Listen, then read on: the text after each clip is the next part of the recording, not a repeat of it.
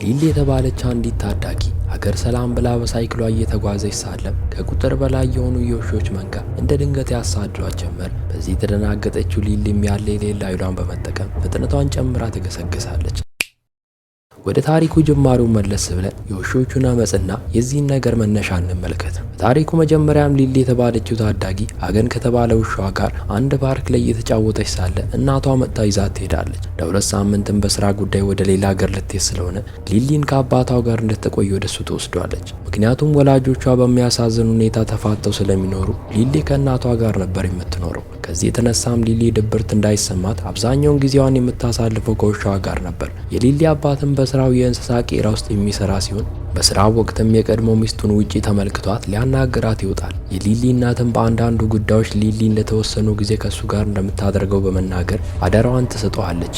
አባትየውም ሊሊን ከውሻዋ ጋር ቆማ ይመለከታታል። ቢሆንም ግን ውሻውን ብዙም ስላልወደደው በውሻው ትንሽ የመረበሽ ስሜት ይሰማዋል። ምክንያቱም እሱ በሚኖርበት አካባቢ ውሾችን ይዞ መምጣት የተከለከለ ነው። ቢሆንም የሊሊን አሳዛኝ ፊት ሲመለከት ሀገንን ከሱ ጋር ለማቆየት ፈቃደኛ ይሆናል። ሊሊንና ሀገንንም ወደ ቤቱ ይዟቸው ይሄዳል። ቤት ሲደርሱም የሊሊ አባት አከራይ ሀገንን ስትመለከተው ውሾችን እዚህ ማቆየት የተከለከለ መሆኑን እያወቅ ለምን አመጣከው በማለት የሊሊን አባት ትጠይቀዋለች። የሊሊ አባትም መልሶ ለዚህ መጨነቅ እንደሌለባትና ለጥቂት ጊዜ ብቻ እንደሚቆይ በመናገር ይዟቸው ይገባል። መሻሽ ላይም ሊሊ ለአባቷ ከውሻዋ ጋር መተኛት እንደምትፈልግ ብትናገርም የሊሊ አባት ግን ይህ እንደማይቻል በመናገር ሀገንን መታጠቢያ ቤት ውስጥ በመቆለፍ ወደ መኝታው ያመራል። ይሁን እንጂ ሀገን ሌሊቱን ሙሉ እየጮኸ እንቅልፍ ይነሳቸዋል። በዚህ ወቅትም ሊሊ ከመኝታዋ በድግ ብላ ወደ ሀገን ጋር በመሄድ ሙዚቃ እየተጫወተችለት ዝም ታሰኘዋለች። በማግስቱም አንድ ፖሊስ ወደ ሊሊ አባት ቤት በመምጣት ያልተመዘገበ ውሻ ወደ ቤቱ እንዳስገባና ለዚህም ቀረጥ መክፈል እንዳለበት ይነግረዋል። በእውነቱ ከሆነም ይህን የተናገረችበት አከራዩ ነበረች።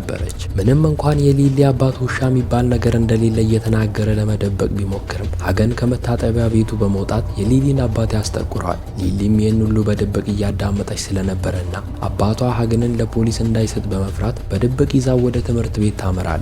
እዚያውም ሙዚቃ ክፍል ውስጥ ደበቀችው። ነገር ግን በሙዚቃ ልምምድ ወቅት ሀገን ከተቀመጠበት በመውጣት ክፍሉን ይበጠብጠዋል። ይህን የተመለከተው መምህሩም ሊሊን ለምን ያለ ፈቃድ ውሻ ይዛ እንደመጣች በመጠየቅ እሷም ከነ ውሻዋ ከክፍሉ ያባራታል።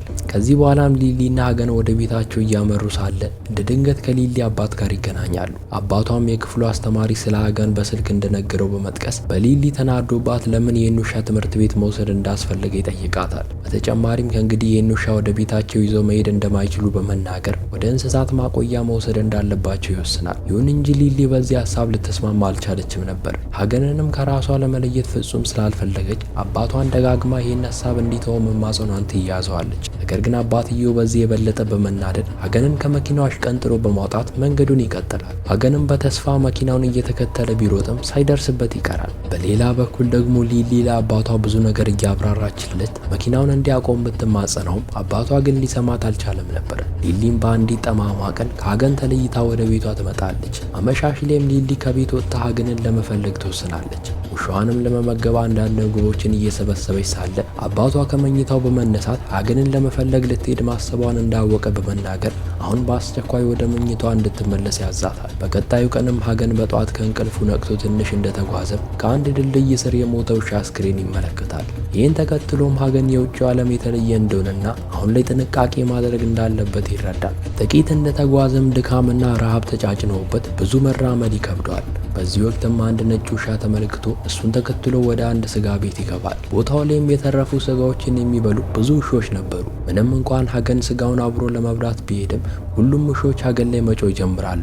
ይህን ያዳመጠው የሱቁ ባለቤትም ሁሉንም ውሾች ከቦታ ያባራቸዋል። ነገር ግን ሀገን ማምለጡን ትቶ እዚያው ሱቅ ውስጥ ይደበቃል። ይህን የተመለከተው የሱቁ ባለቤትም ተናዶ ሀገንን ሊገድለው ይሞክራል። በዚህ ወቅትም ነጭ ውሻ ወደ ሀገን በመጮህ የሱቁን ባለቤት ለመንከስ ይሞክራል። በዚህ ወቅትም ሀገን የማምለጫ መንገድ አግኝቶ ከነጭ ውሻ ጋር አንድ ላይ በመሆን ከአካባቢው አምልጠው ወደ አንድ በረሃማና አሮጌ ቦታ ይደርሳሉ። በቦታው መኖሪያ ቤት አጥተው በመንገድ ላይ የሚንከራተቱ ብዙ የባዘኑ ውሾች በውሃ ውስጥ እየተጫወቱ ነበር። ሀገንም ይህን በማየት ከነሱ ጋር ለመስማማት ይሞክራል። ነገር ግን ሁሉም በሀገን ላይ መጮህ ጀመሩ። በዚህም ሀገን አማራጭ ስለሌለው ከነጭ ውሻ ጋር አብሮ ይቀመጣል። ምክንያቱም ነጭ ውሻ ብቻ ነበር እንደ ጓደኛ የሚያዩ። በማግስቱም አንዳንድ ሰዎች ውሾችን ለመያዝ ወደ ቦታው ይመጣሉ። ሁሉም ውሾች ተወስደው እንደ እድል ሀገንና ነጭ ውሻ ብቻ ይቀራሉ። ይሁን እንጂ በዚህ ወቅት ሁለት ሰዎች ሀገንን ተመልክተው ወደ እሱ ጋር ይጠጋሉ። ሀገንም እነሱን በማየቱ ጥሩ ሰዎች መስሏቸው አብሯቸው ለመጫወት ይሞክራል። ነገር ግን ነጭ ውሻ እንደ ድንገት መጮህ ይጀምራል። ይህን ያዳመጠው ሀገንም ሰዎቹ ሊይዙት እንደሚፈልጉ በመረዳት እግሬ አውጭኝ ብሎ ከነጭ ውሻ ጋር አንድ ላይ ከአካባቢው ይሸሻሉ። ቢሆንም ግን ሁለቱ ሰዎችም እያሳደዷቸው ነበር። በዚህም ምክንያት ሁለቱም ውሾች ይለያያሉ።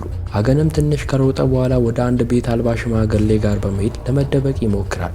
በሌላ በኩል ደግሞ የሊሊ አባት ሊሊን ወደ ትምህርት ቤት ከወሰዳት በኋላ ባለፈው ላደረገችው ነገር የሙዚቃ አስተማሪውን ይቅርታ እንድትጠይቃት ያዛታል። ሊሊም በትዕዛዙ መሰረት መምህሩን ይቅርታ ትጠይቀዋለች። ይሁን እንጂ ከልቧ አልነበረም። ወደ አባቷ ጋርም እየተመለከተች አሁን ሀገርን እንደማትፈልግ ነግራው ትኩረቱን ከሷ ላይ እንዲያነሳ ለማድረግ ትሞክራለች። ነገር ግን ልቧ አሁንም ሀገንን ሊረሳ ስላልቻለ ከትምህርት በኋላ ሳይክሏን ይዛ ሀገንን መፈለጓን ትያያዘዋለች። ምንም እንኳን የአፋልጉኝ ፎቶዎችንም በየቦታው እየበተነች ከተማዋን ብታስሰውም ሀገንን ግን ልታገኘው አልቻለችም ነበር። በሌላ በኩል ደግሞ ሀገንን የያዘው አዛውንት ወደ አንድ ሆቴል በመሄድ የሆቴሉን ባለቤት ሲያነጋግረው እንመለከታለን። በእውነቱ ከሆነም የሆቴሉ ባለቤት የውሾች አሻሻጭ ነበር። እናም እንደ ሀገን ያሉ ብዙ ውሾችን በሆቴሉ አስሮ ለሽያጭ ያስቀምጣቸው ነበር። ለሽማግሌውም ጥቂት ገንዘብ ከሰጠ በኋላ ሀገንን ወደ መጋዘኑ ይወስዷል። ከጥቂት ቆይታ በኋላም አንድ ሰው ውሻ ለመግዛት ወደ ሆቴሉ ባለቤት ጋር ይመጣል። አከፋፋዩ ሰውን ቦታው ላይ የነበሩ አደገኛ ውሾችን እያሳየው ምርጫውን ያቀርብለታል።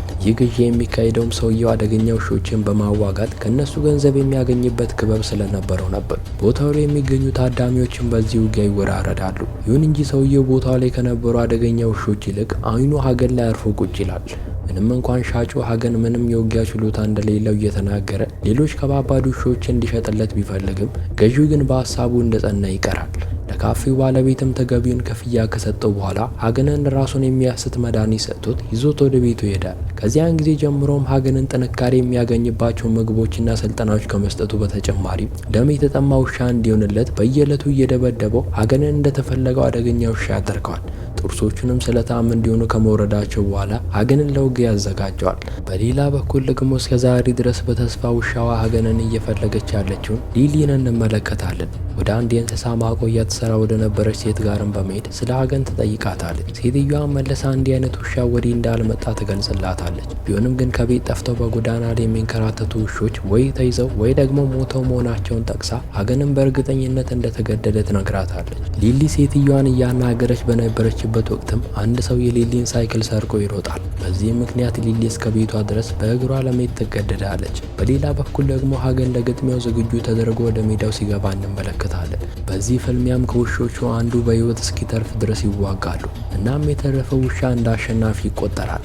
ገድላቸውን ያዩ ሰዎችም ብዙ ገንዘብ እያወጡ ይወራረዱ ነበር። በዚህም የውሻው ባለቤት ይጠቀማል። የሀገን ፍልሚያ በተጀመረበት ሰዓትም ሀገን ተቃራኒውን ውሻ በጥቂት ደቂቃዎች ውስጥ አሸንፎት ይገለዋል። ይህን የተመለከተው የፍልሚያ ቦታው ባለቤትም ሀገን እዚህ በመምጣቱ ይደሰታል። ምንም እንኳን ሀገንን ለሌላ ባለሀብት አሳልፎ ለመሸጥ ቢፈልግም የሀገን ባለቤት ግን በዚህ ፈቃደኛ አልሆነም።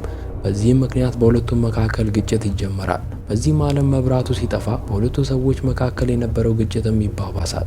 ይህን አጋጣሚ የተመለከተው ሀገንም ከአካባቢው በተቻለ ፍጥነት ለማምለጥ ይሞክራል። በሌላ በኩል ደግሞ ሊሊ ወደ ቤቷ እያመራች ሳለ ወደ ክለብ እየሄደ ያለን የክፍል ጓደኛዋን ትገናኘዋለች። በዚህ ወቅትም ሊሊ በውሻው መጥፋት ምክንያት ተበሳጭታ ወደ ቤት መሄድ እንደማትፈልግና እሷንም ጨምሮ ወደ ክለቡ እንዲያስገባት ትጠይቀዋለች። መጀመሪያ ላይም ልጁ ይህን ለማድረግ አልተስማማም ነበር። ይሁን እንጂ ልጁ በሊሊ በኩል አንድ እጽ ወደ ክለቡ ማስገባት ስለፈለገ በሀሳቧ ተስማምቶ ወደዚያ ያመራሉ። ጠባቂዎችም ሊሊ ሕፃን ስለነበረች ከሷ በስተቀር ሁሉንም ሰዎች አብጠርጥረው ይፈትሻሉ። ክለብ ውስጥ ከገባች በኋላም ሊሊ ከልጁ ተለይታ ብቻዋን መጠጣትና መዝናናት ትጀምራለች። በዚህም ምክንያት ራሷን ስታ ትወድቃለች። በማግስቱም ፖሊሶቹ ከኪሷ አደንዛዥ እጽ ስላገኙ ወደ ጣቢያ ይዘዋት ይሄዳሉ።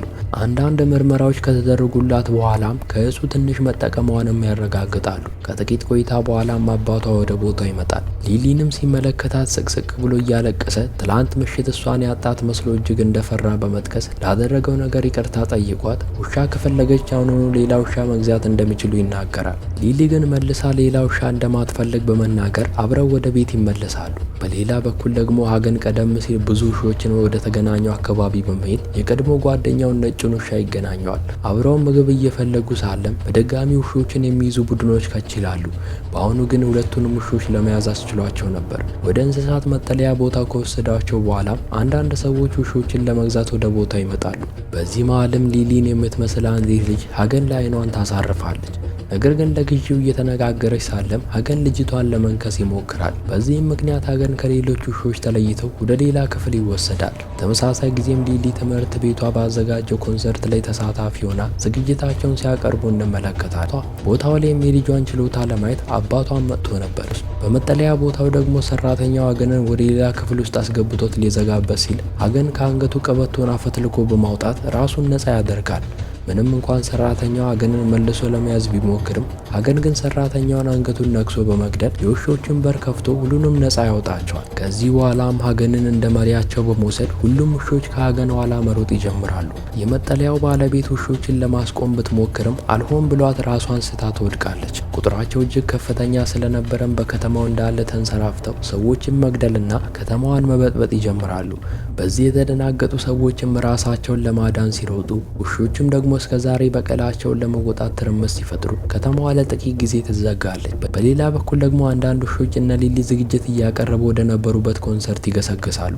ከፍተኛ ቁጥር ያላቸው ውሾችም አዳራሹን ሲከቡ ሊሊም በዚህ ጊዜ ሀገንን ከመካከላቸው ያገኛሉ በሚል ተስፋ ወደ ውጭ ለመውጣት ስትሞክር ጓደኛዋ ያስቆማታል። ይሁን እንጂ ሊሊ ይህን ከማድረግ ወደ ኋላ ምትል አይደለችም። በዚህም ጓደኛዋ ሳይፈልግ እንድትሄድ ይለቃታል። በተጨማሪም ለፍለጋዋ እንዲያመቻት ሳይክሉንም ጭምር ይሰጣታል። በታሪኩ ጅማሮ ላይም እንደተመለከትነው ሊሊ ሀገንን እየፈለገች ሳለ ብዙ የውሾች መንጋ ያሳድዷት ጀመር። ይሁን እንጂ ውሾች ሊሊን ሳይጎዷት ያልፋሉ። በሌላ በኩል ደግሞ ሀገን ቀደም ሲል የጎዱትን ሰዎች እንዳለ ለመበቀል በማሰብ ቀጥታ ወደ ሆቴሉ ባለቤት ጋር ያመራል። አብረውትም ብዙ ውሾች ስለነበሩ የሆቴሉን ባለቤት ነካክሰው ይገድሉታል። ይህ በእንዲህ እንዳለም ሊሊ ሀገንን እየፈለገች ወደ ሆቴሉ ትመጣለች። ተመሳሳይ ጊዜም ፖሊሶችም ወደ ቦታው መጥተው ሊሊ የሆቴሉን ባለቤት ለመግደል ውሾችን አስተባብራለች በሚል ይዘው ያስሯታል። ይሁን እንጂ ሊሊ ፖሊሶቹን በመሸወድ ታመልጣቸዋለች። በዚህ ወቅትም ሊሊ ፖሊስ ሀገንን ጨምሮ ከተማዋን እየበጠበጡ ያሉ ውሾችን እየተኮሱ ሊገሉ እንደሆኑ መረጃውን ትሰማለች። እናም ሀገንን ተከትላ ወደ ስጋ ቤቱ ታመራለች። ነገር ግን በታሪኩ መጀመሪያ ላይ ያየነውን ሀገንን ለመግደል የሚፈልገውን ያንን የስጋ ቆራጭ ሀገን እንደገደለው ትመለከታለች። በዚህም ሊሊ አሁን ሀገን ቀደም ሲል ያሰቃዩትን ሰዎች እንዳለ እየተበቀለ እንደሆነ በመረዳት ስለ አባቷ ስጋት ያድርባታል። ምክንያቱም ቀደም ሲል ሀገንን ከሊሊ የለየው እሱ ነበር።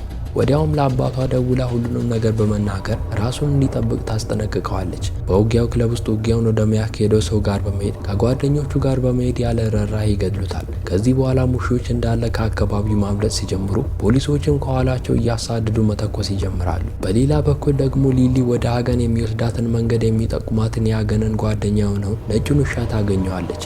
ምንም እንኳን እሱን እየተከተለች ወደ ሀገን ጋር ብትሄድም መንገድ ላይ ፖሊሶች አግኝተውት ነጩን ውሻ ይገድሉታል። ሊሊ ብዙ ልታስቆማቸው ብትሞክርም የሚሆን አልነበረም። ከዚህ በኋላም ሊሊ ወደ ቤቷ ስትመለስ በሚያስደነግጥ ሁኔታ የቤታቸው አከራይ ሞታ ስታገኛት ሀገን እሷንም እንደገደላት ትረዳለች።